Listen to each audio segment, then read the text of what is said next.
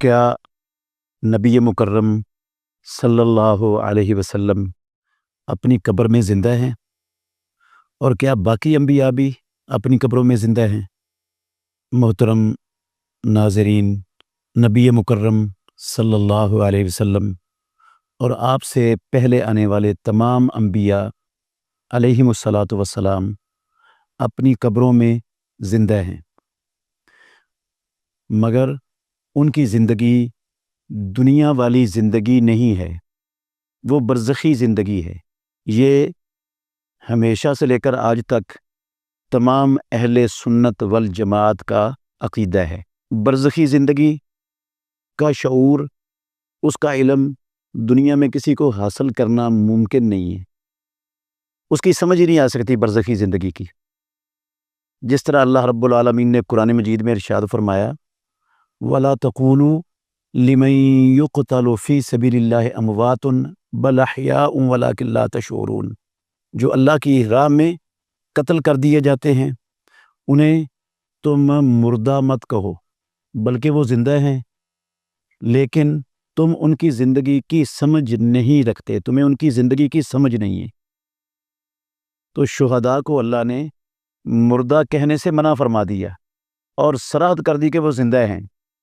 तो जब शुहदा ज़िंदा हैं और उनकी ज़िंदगी बरज़खी ज़िंदगी है और उसको समझना दुनिया वालों के लिए मुमकिन नहीं है, तो अंबिया अलैहिमुस्सलातु वस्सलाम की ज़िंदगी वो शुहदा की ज़िंदगी से हज़ारों करोड़ों गुना अफजल और बेहतर ज़िंदगी है।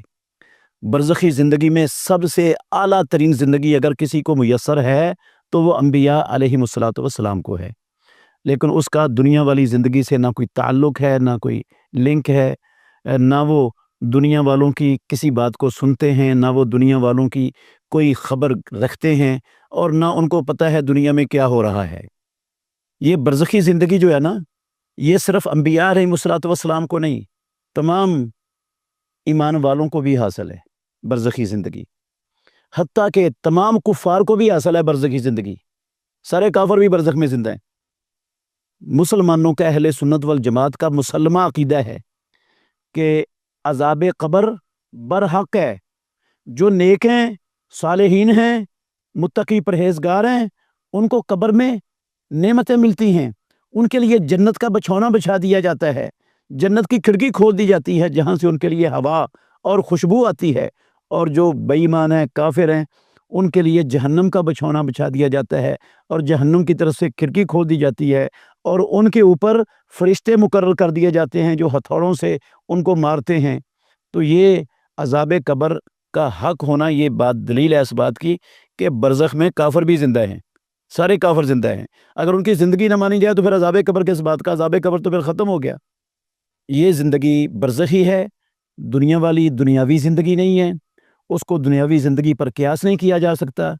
तो ये है अहले सुन्नत वल जमात का अंबिया अलैहिमुस्सलातु वस्सलाम के बारे में। बाकी ये जो हदीस है ना रसूलुल्लाह सल्लल्लाहु अलैहि वसल्लम की तरफ मंसूब कि अल अंबियाउ अहयाउन फ़ी कुबूरिहिम युसल्लूना, नबी अपनी कब्रों में ज़िंदा हैं और नमाज़ पढ़ते हैं।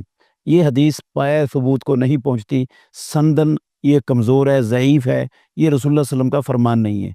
अलबत्ता वो हदीस ठीक है जो मिराज हुआ जब रसूल मुकर्रम सल्लल्लाहु अलैहि वसल्लम को, तो आप ने रास्ते में बैतुल मक़दस जाते हुए मूसा अलैहिस्सलातु वस्सलाम की कब्र के पास से गुज़रे और देखा कि वो अपनी कब्र में नमाज़ पढ़ रहे हैं, मूसा अलैहिस्सलातु वस्सलाम। तो ये अल्लाह रब्बुल आलमीन ने अपनी कुदरत कामिला से दिखाया है। ये सारे का सारा वाक़या इसरा और मिराज ये मुहम्मदुर रसूलुल्लाह सल्लल्लाहु अलैहि वसल्लम का मोजज़ा है। तो ये अल्लाह रब्बुल आलमीन जो दिखाना चाहे दिखा सकता है, उससे ये लाज़िम नहीं आता कि सारे नबी अपनी कब्रों में दुनिया वाली ज़िंदगी ज़िंदा हैं। ये दुनिया वाली ज़िंदगी ज़िंदा मानना ये अहले सुन्नत वल जमात का अक़ीदा नहीं है।